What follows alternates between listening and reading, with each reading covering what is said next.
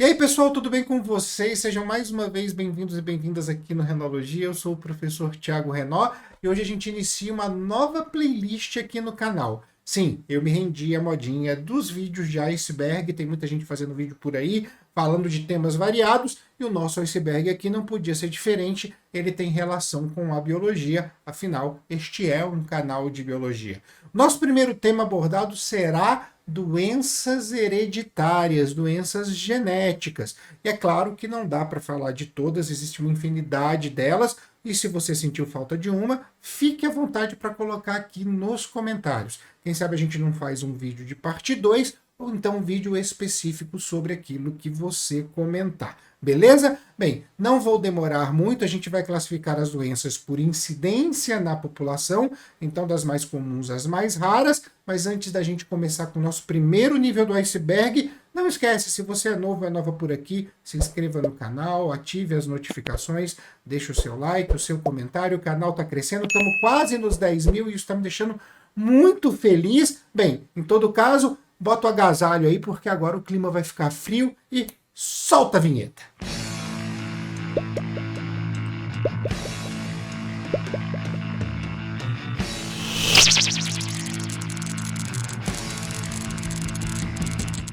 O nosso primeiro nível do iceberg, a nossa ponta do iceberg, aquilo que consegue ser visível, vai tratar doenças que têm incidência de até um caso a cada 10 mil habitantes. E a nossa primeira patologia a ser tratada é a ictiose ligada ao cromossomo X. Ela tem uma herança genética muito semelhante à hemofilia, muito semelhante ao daltonismo, que está relacionado ao cromossomo X. Obviamente, nós temos uma quantidade de homens muito maior do que de mulheres, afinal de contas, falamos de uma herança recessiva ligada ao cromossomo X. Então, como o homem tem um cromossomo X só, se ele tiver recessivo, manifesta a doença, se ele tiver dominante, não manifesta.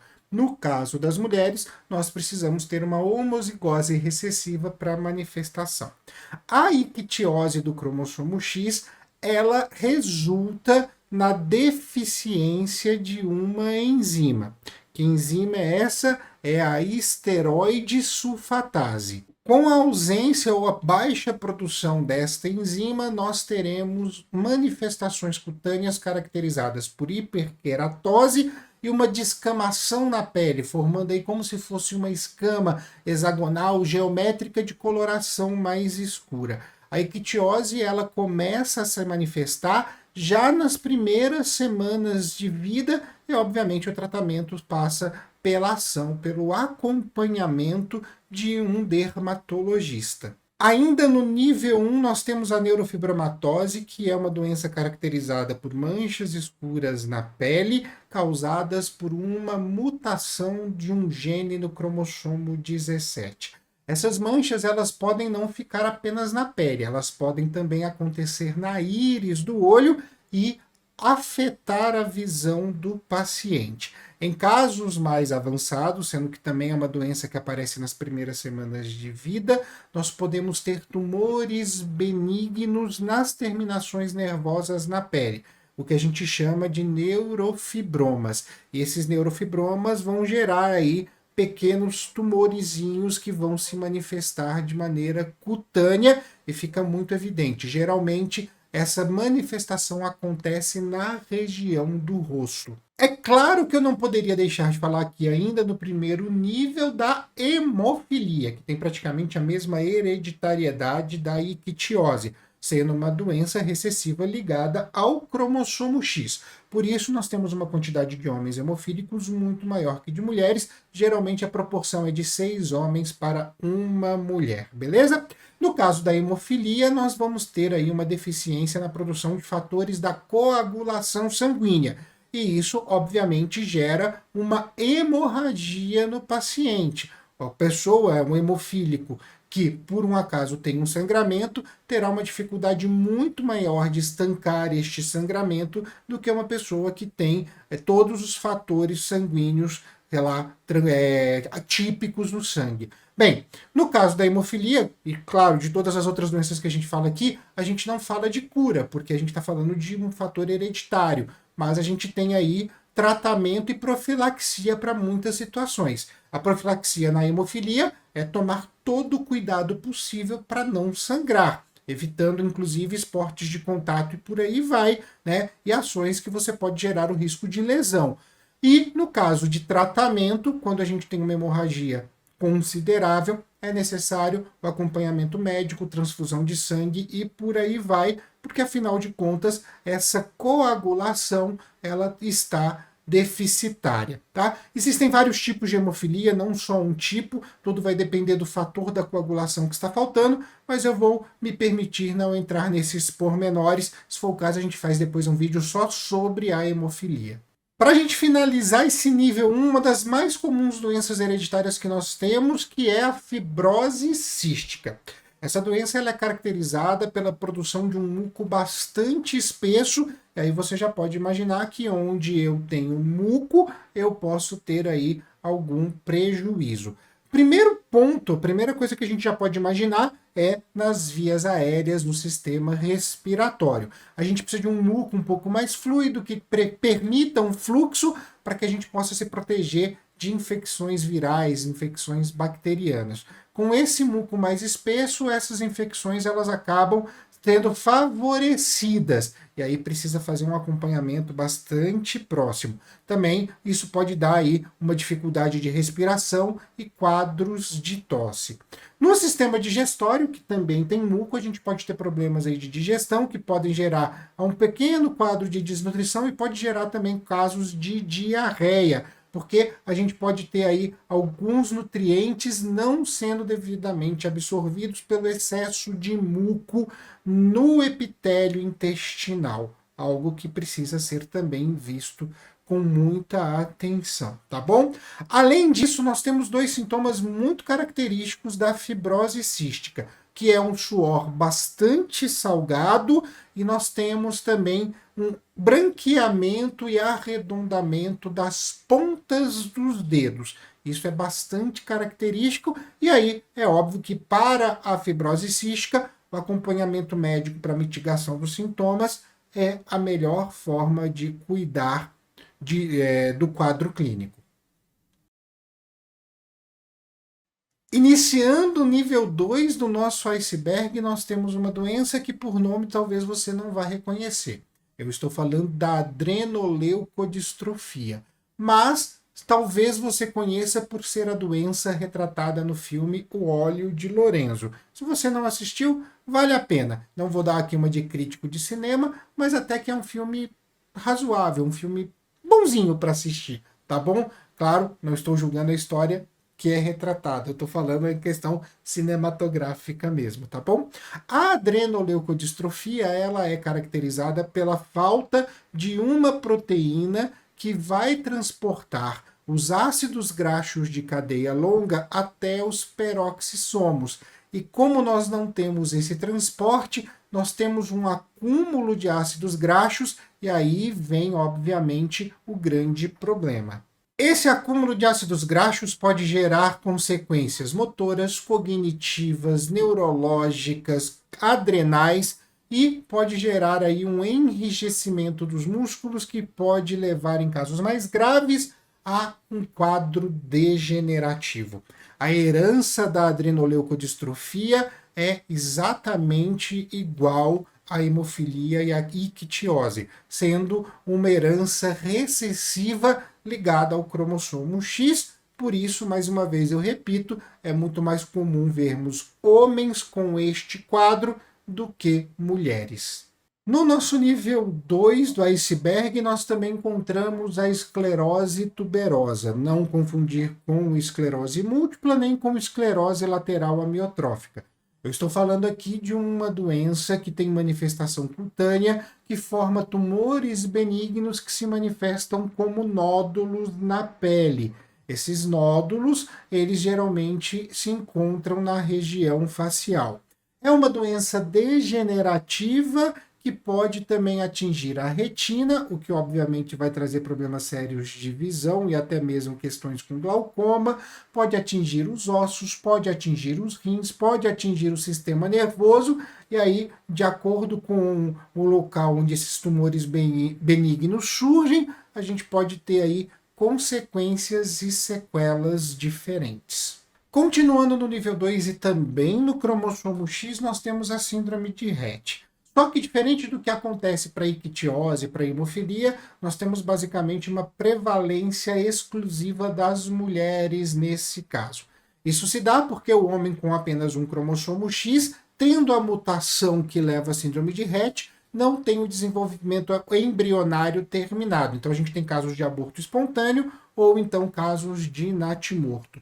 Para as mulheres, o outro cromossomo vai acabar compensando, mas traz prejuízos. Esse gene ele está muito relacionado ao desenvolvimento do sistema nervoso e com a mutação nós temos questões com psicomotricidade, desenvolvimento da fala que regride e acaba aí degenerando a fala, temos problemas sérios com tônus muscular, e obviamente isso reflete tanto na questão cardíaca quanto na questão respiratória, convulsões. Nós temos também para este caso cabeça, pés e mãos se desenvolvendo menos que o restante do corpo, então fica muito visível também uma cabeça menor, pés menores, mãos menores, e é claro que com tudo isso a expectativa de vida de mulheres com síndrome de Rett acaba sendo baixa. Para finalizar o nosso nível 2, nós temos uma doença que até que é bastante conhecida. E isso se dá porque a gente sempre acaba estudando ela quando estudamos genética no ensino médio. Eu estou falando da fenilcetonúria.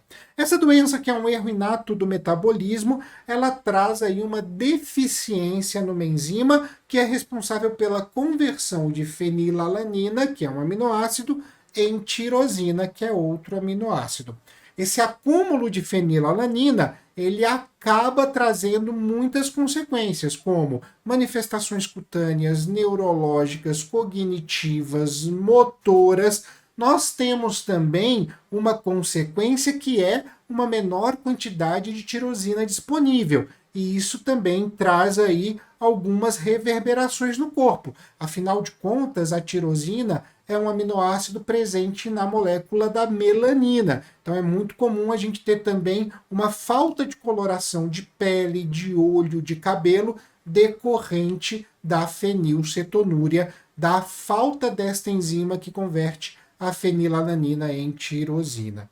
Bem, o que nós podemos fazer nesse caso que até acaba sendo simples? A fenilcetonúria ela é diagnosticada pelo teste do pezinho, o famoso teste do pezinho que é tão importante ser oferecido na rede de saúde, e uma vez que ela for diagnosticada, basta fazer uma dieta restritiva a alimentos que possuem fenilalanina. Isso, inclusive, precisa estar colocado no rótulo dos alimentos. Contém fenilalanina para evitar qualquer dano às pessoas que possuem fenilcetonúria.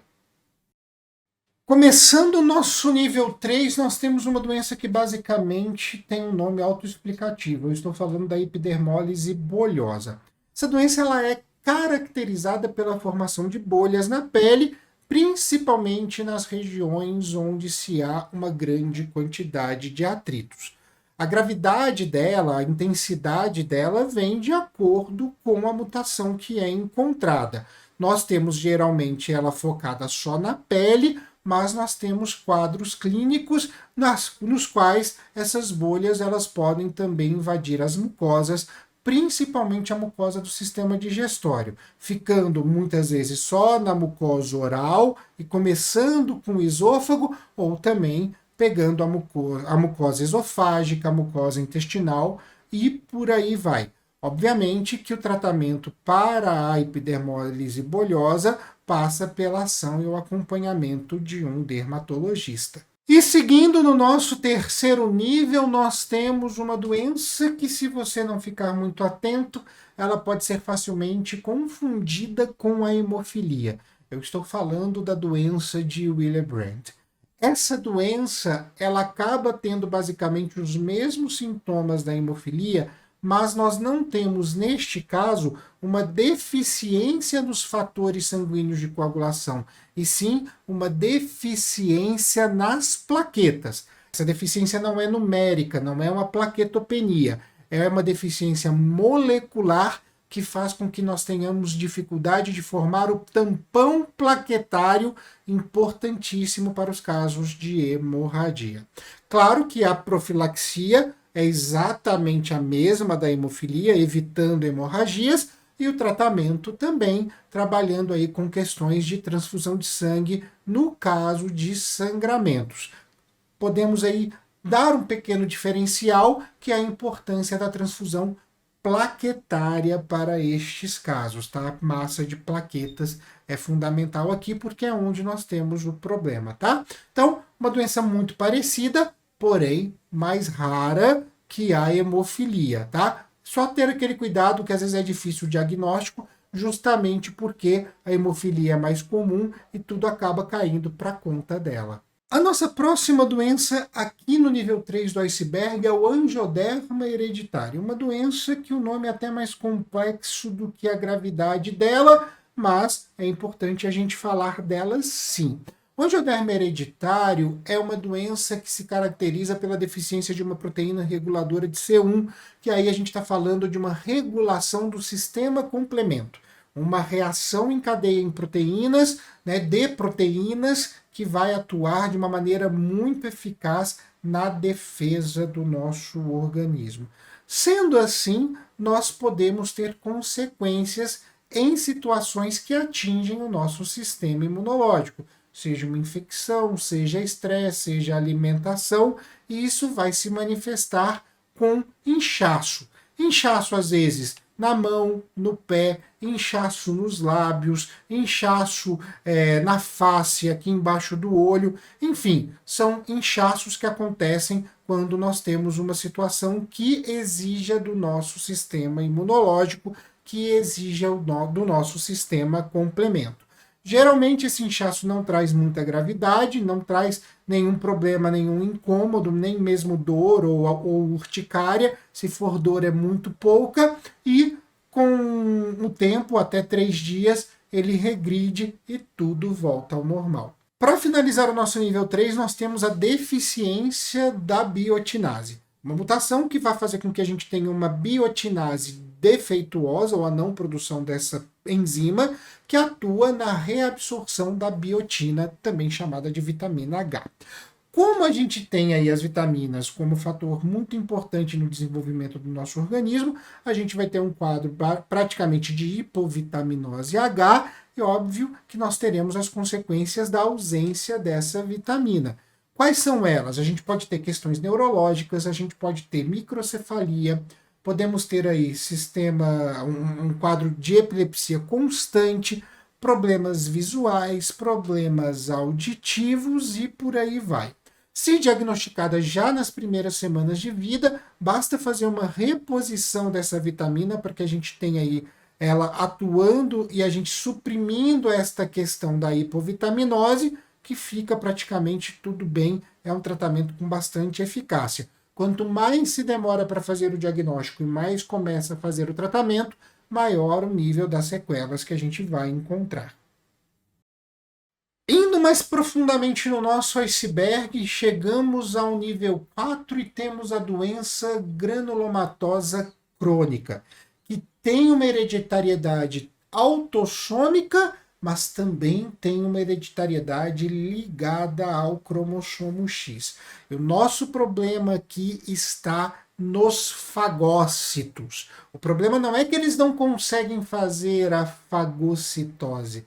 O problema é que eles não conseguem levar aquilo que é fagocitado para os lisossomos para que a digestão possa ocorrer.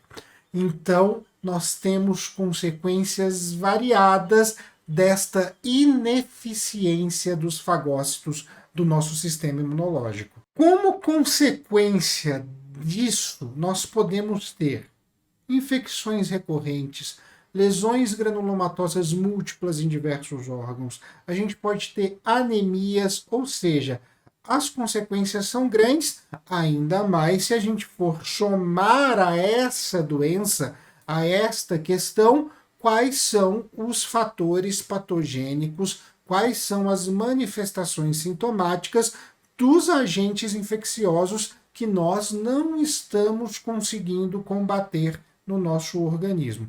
Quando a gente fala de fagócitos, a maioria dessas infecções recorrentes acaba sendo de origem bacteriana. E já que a gente está falando de infecção, essa próxima doença do nível 4 do nosso iceberg também pode ser decorrente de uma infecção, mas aqui eu estou falando aqui é a hereditária, eu estou falando da mielofibrose.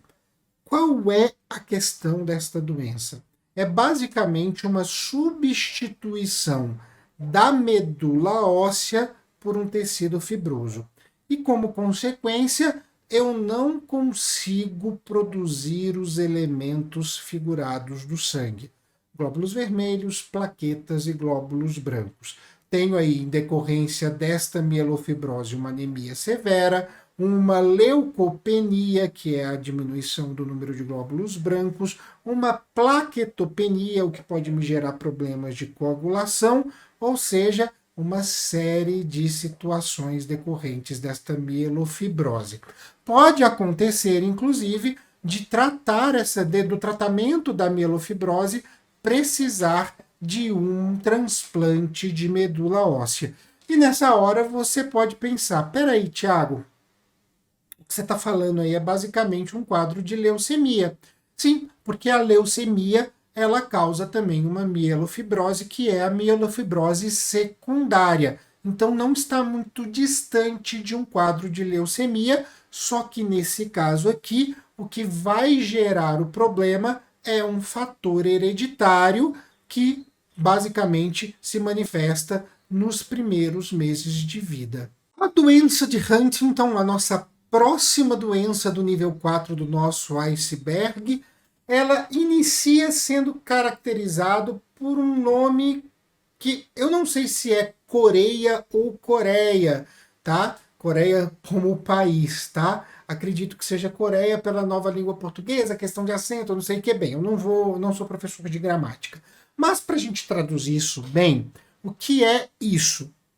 São movimentos involuntários, tá? O corpo se movimenta sem que a gente tenha a ação consciente. E à medida que a gente vai tendo aí o tempo passando, esses movimentos involuntários se tornam mais constantes e os movimentos voluntários começam a ser prejudicados. Isso pensando exclusivamente em uma manifestação motora, mas essa doença, a doença de Huntington, pode também se agravar. E se agravar com uma profunda depressão, se agravar com situações de automutilação do paciente, apagões, perda de memória e por aí vai. A gente tem aí praticamente um processo degenerativo do sistema nervoso e, obviamente, isso precisa ser cuidado.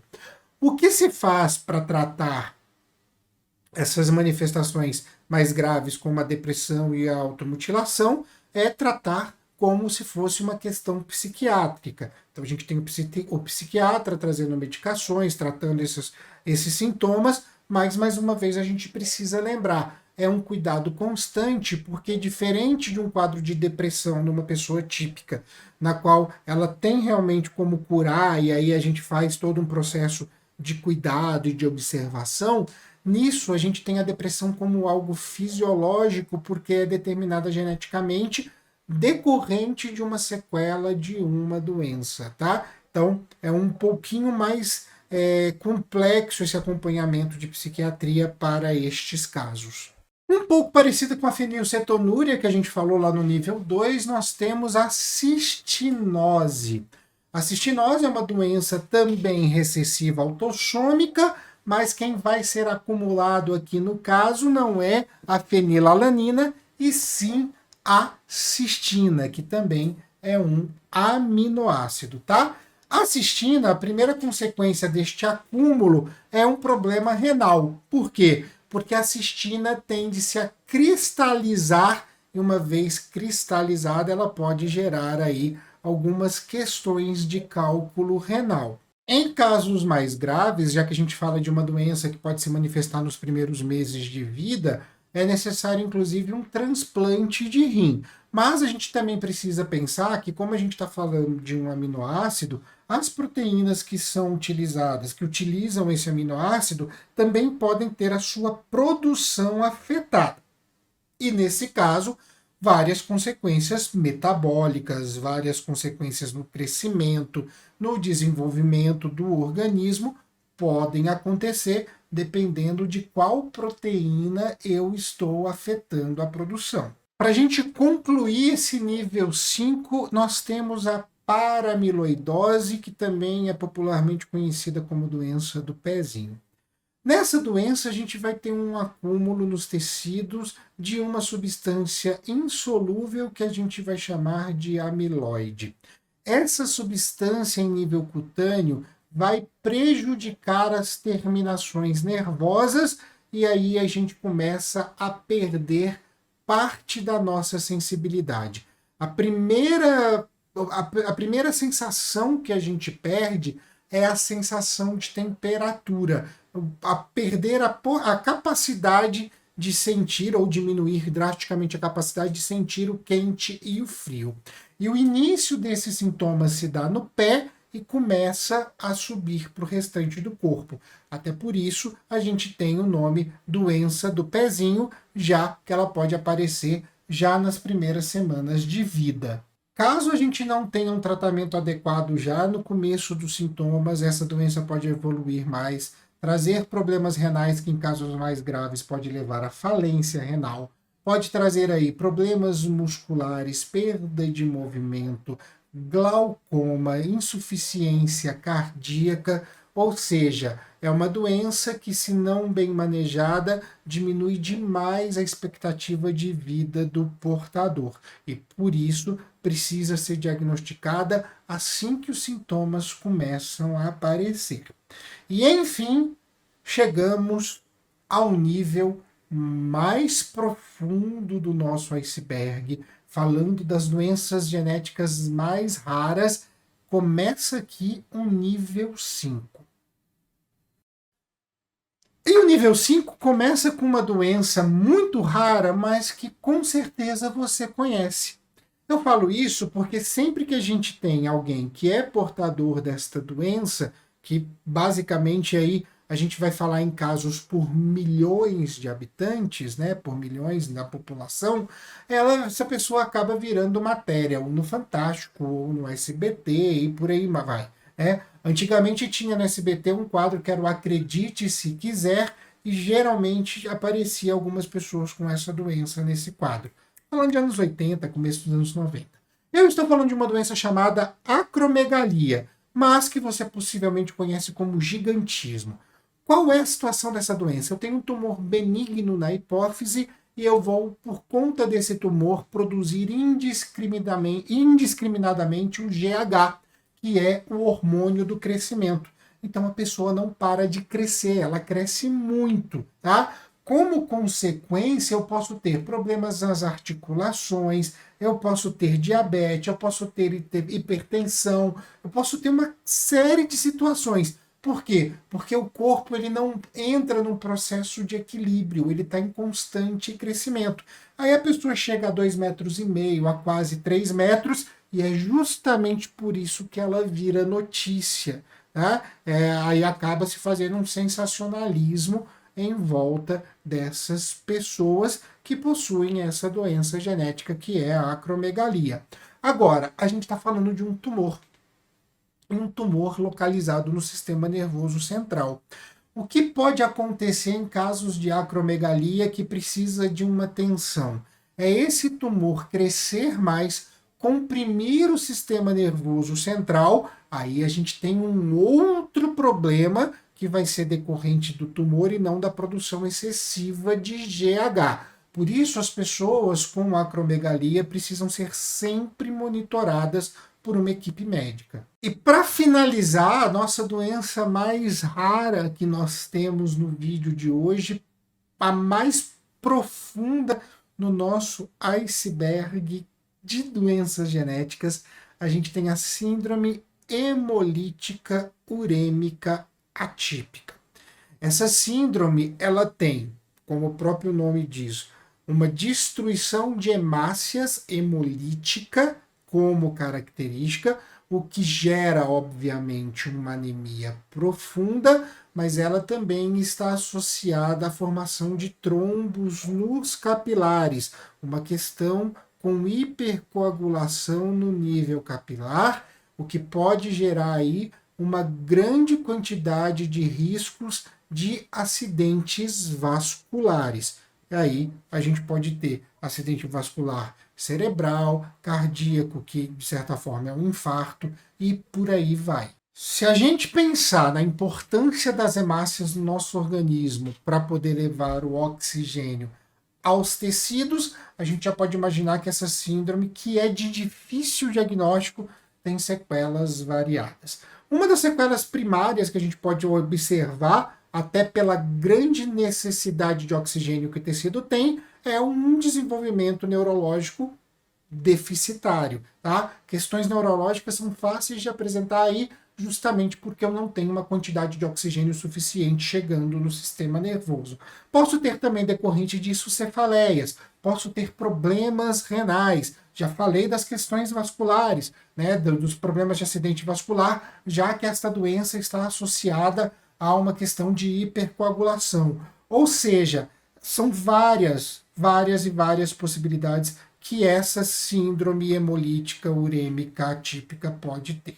Ainda como tratamento, pensando aí na mitigação dos problemas, dos sintomas, a gente talvez precise de transplante renal, de transfusões sanguíneas constantes, afinal de contas essa anemia ela é produzida pelo organismo no momento que o organismo quebra os glóbulos vermelhos, então é uma doença rara, uma doença com seu nível de gravidade considerável e que, uma vez diagnosticada, precisa ser monitorada constantemente, certo?